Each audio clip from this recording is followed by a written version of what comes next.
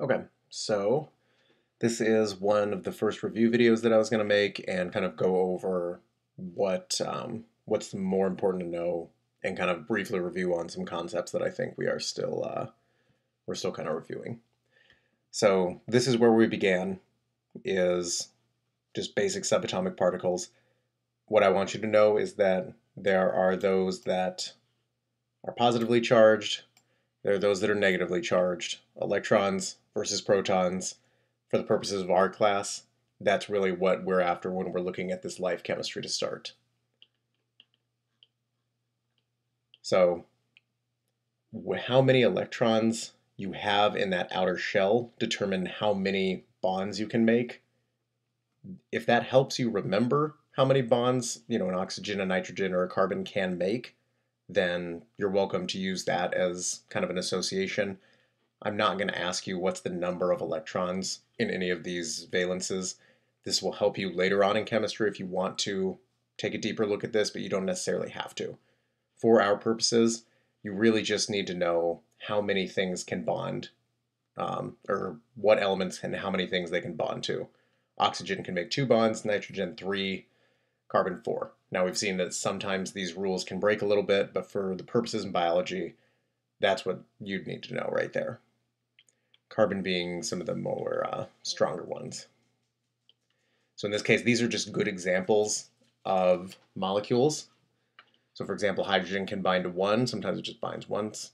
This is a really good slide when it comes to looking at how you actually can draw these things and what it's like to have those electrons filled. It's a good example here with carbon making 4 bonds as well. This is just here to show you that carbon is super important, and it's a good visualization of the electron charges, the proton charges. So when we think about ions for the most part, remember that ions usually come from anything that has too many electrons on it or too few electrons. So if you're missing an electron and you have an extra proton, in an element, it'll be a positively charged ion. If it's chemical that naturally exists with an extra electron in this, it'll have that negative charge. So we'll see that with ions later. So this is just an example for how many bonds certain things can make. For example, N can have 3, O's can have 2, and then carbons, as we write them shorthand, remember that these have implied H's as well. Yeah.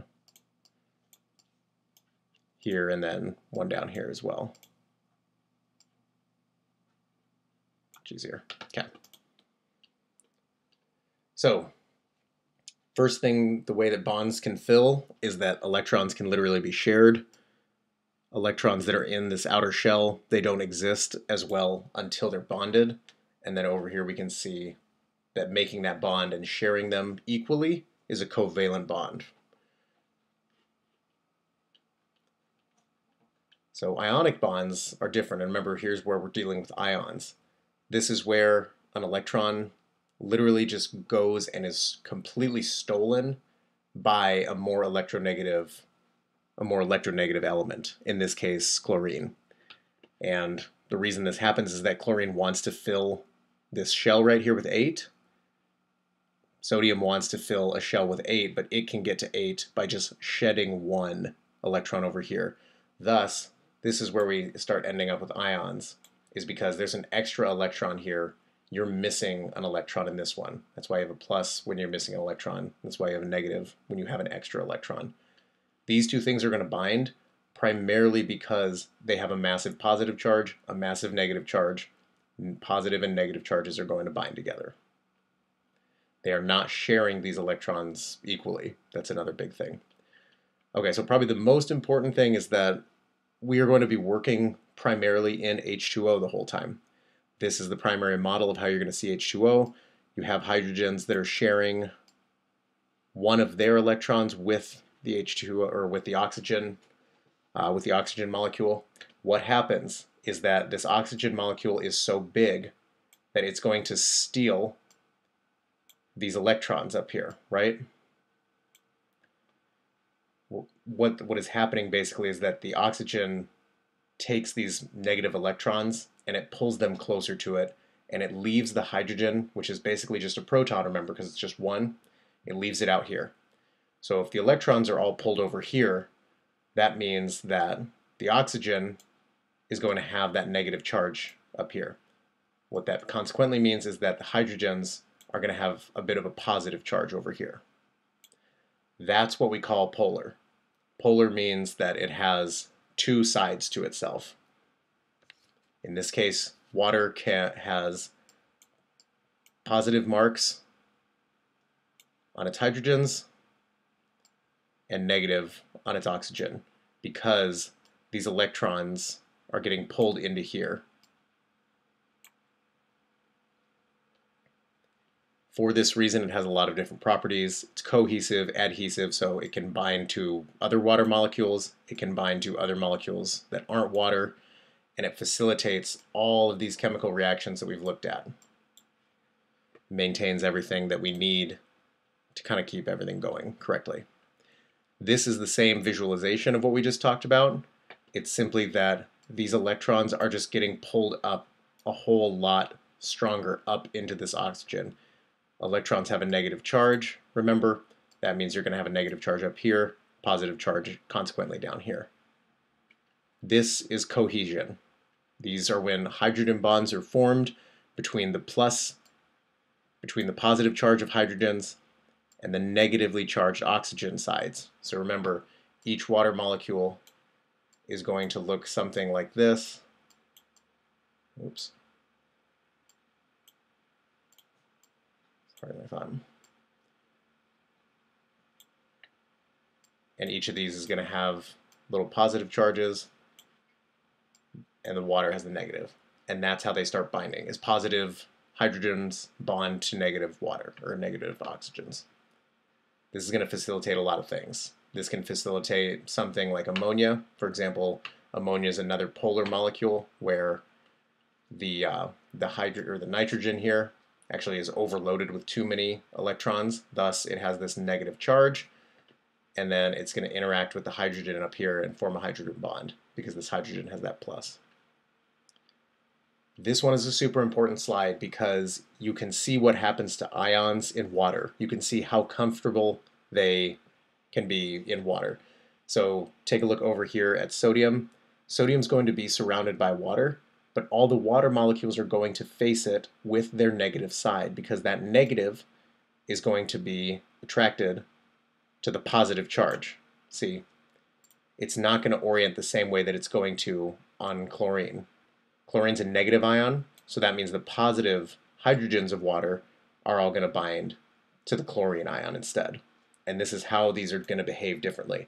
A big thing from this slide is that basically know that ions are very comfortable to be in water. They're going to get dissolved very easily because they can exist very well when they are shielded by all these ions, or by all these small charges. That's a very good environment chemical-wise for them. This is just kind of talking about hydrophobic stuff. This was a little ahead of ourselves, but basically these long carbon chains, they're not charged in any way. That means that the water, which has all these little charges, remember, and they're all interacting, those interactions are very good for water chemically. That's plus and minus charges all out here. They all want to keep that happening. There's no plus or minus charges on these carbon chains, and thus there's no reason for the water to ever approach them. So we saw that entropy is when things just mix and everything is going to 50-50. We know, though, that life needs to order itself enough so that there's enough organization to where you can kind of make sure that all the chemistry is coordinating itself in a manner that we can, use to be alive. This slide was mainly here just to give you an intro to chemical reactions. We're not going to test any chemical reactions. Basically, what I want you to know is that what you put in is always going to still equal chemical-wise what you put out. And that, sometimes you're going to release heat. You can view it as entropy, for example. So there's more order in these large macromolecules, and then when we break those down into all these little ones over here, that entropy has been increased. So you can know that if you want. This is mainly just supplemental, and it's probably more helpful when we get into stuff later. This table is just super helpful. This won't be the first time that you deal specifically with water, especially not just in a biology class. You will probably see this in a lot of chemistry classes as well. So if you're doing pre-health, it's not the worst thing to know. This is just another good example of carbons and how they bind, and that they are a stable binder for four bonds. The big thing with carbons is that they share the electrons very equally. You're not going to see carbon ever have a charge or be polar. When it shares electrons, it's very equal for the most part. This was just kind of a supplemental slide as well to show you why carbon and not silicone.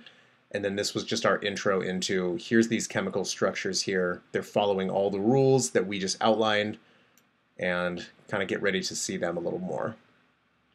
And again, this is just kind of that process as well, an intro to where we're going eventually, which is genetic information stored here, translates into a separate strand here, which is made into a protein strand using the genetic code and ribosomes.